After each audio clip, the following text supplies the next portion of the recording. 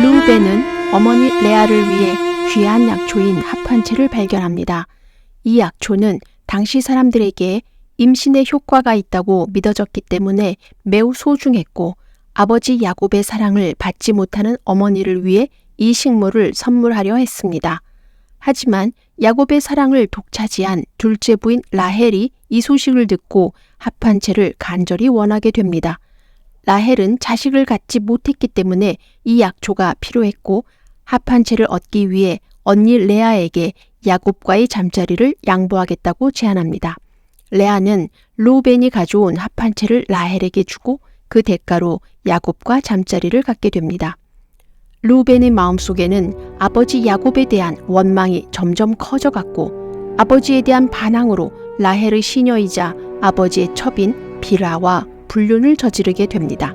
이를 통해 아버지 야곱을 고통스럽게 하고 그의 권위를 무너뜨리려 했습니다. 결국 이 사건으로 인해 루벤은 장자권을 잃게 되며 아버지 야곱으로부터 심한 책망을 받습니다. 루벤아, 너는 나의 맏아들이며 나의 힘의 시작이다. 그러나 네가 불안정한 물 같아서 뛰어나지 못할 것이니 네가 내 침상을 더럽혔기 때문이다. 야곱의 딸 디나는 세겜 도시를 구경하다가 통치자 하몰의 아들에게 강간당하는 비극을 겪게 됩니다.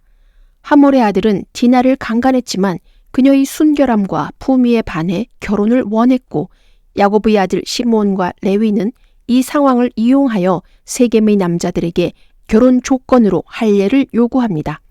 하지만 그들이 할례로 고통스러워하고 있을 때 시므온과 레위는 그들을 기습하여 사륙하고 그들의 자녀와 아내를 포로로 잡고 모든 재산을 약탈해 갔습니다.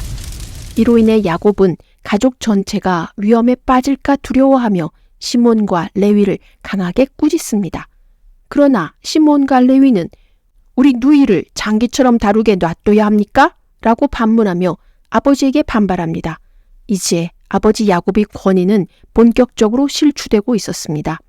이로 인해 충격을 받은 야곱은 이 사건을 평생 마음에 품고 있다가 죽기 전에 시몬과 레위를 저주합니다. 시몬과 레위는 형제이며 그들의 칼은 폭력의 도구이다. 그들의 분노가 격렬하여 저주를 받을 것이며 그들의 경노가 잔인함으로 저주를 받을 것이다. 시몬과 레위의 저주는 그들의 후손에게도 큰 영향을 미쳤습니다. 모세 시대에 사술과 발람은 이스라엘 자손이 바알을 믿고 음행하도록 유도했으며 시므온 지파는 특히 심하게 타락했습니다. 그 결과 전염병이 발생하여 많은 시므온 지파의 사람들이 목숨을 잃었고 세력이 약해진 시므온 지파는 가나안 정복 후 땅이 분배될 때 유다 지파의 영토 내에서 작은 부분을 할당받아 겨우 살아남습니다. 반면 레위 지파는 모세와 아론을 통해 하나님께 헌신하게 되었고 비록 가나안 땅을 분배받지 못했지만 이스라엘 12지파 중에서 레위 지파는 하나님을 섬기는 제사장 직분을 받게 됩니다. 야곱은 사랑하는 아내 라헬의 첫 번째 자식이며 자신의 11번째 아들인 요셉을 특별히 사랑했습니다. 꿈꾸는 소년 요셉은 어느 날 꿈속에서 형들의 곡식단이 자기의 곡식단에 빙 둘러서서 절을 하였다고 하니 형들은 분노했습니다. 그러나 야곱은 이 꿈을 마음에 두고 요셉을 형들과 별개로 특별히 관리했습니다. 그러던 어느 날 야곱은 요셉에게 형들이 양을 어떻게 치는지 보고 오라고 말했습니다.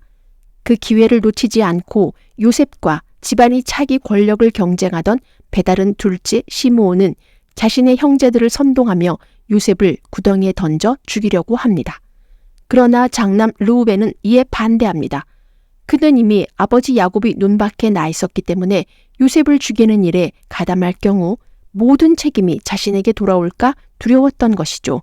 그러나 르우벤이 잠시 자리를 비운 사이에 시므온은 형의 말을 무시하고 기어이 배다른 동생 요셉을 죽이려고 합니다.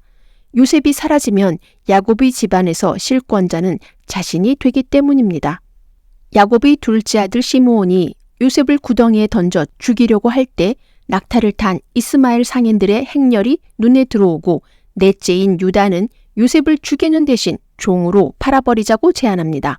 사실 유다가 성장할 때는 사랑받지 못하는 어머니 레아보다는 6명의 야곱의 아들들을 낳은 어머니 레아가 집안에서 첫째 부인으로 대우를 받는 것을 보고 자라났기 때문에 이복 동생이며 야곱의 11번째 아들인 요셉에 대한 증오심은 적었습니다.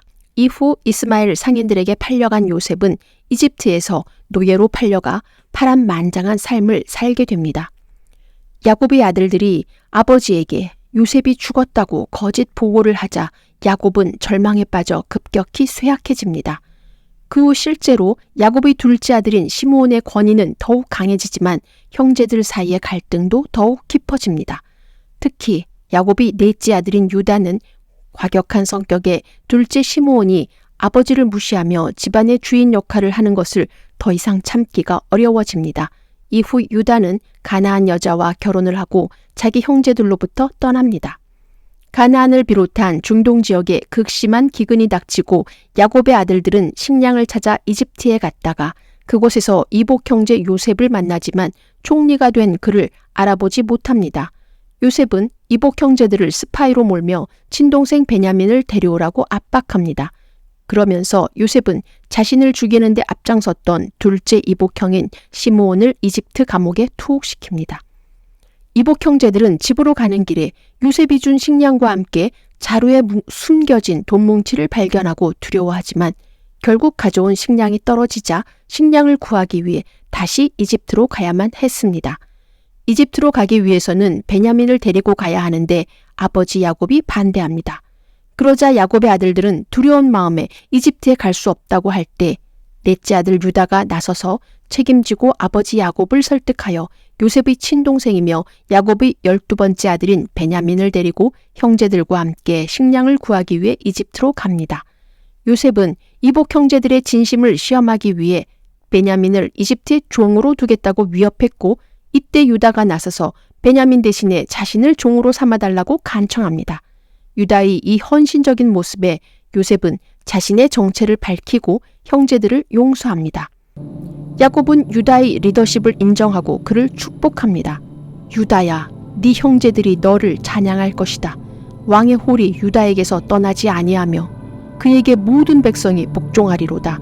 그가 어린 나귀를 포도나무에 매며 그의 암나귀 새끼를 아름다운 포도나무에 맬 것이다.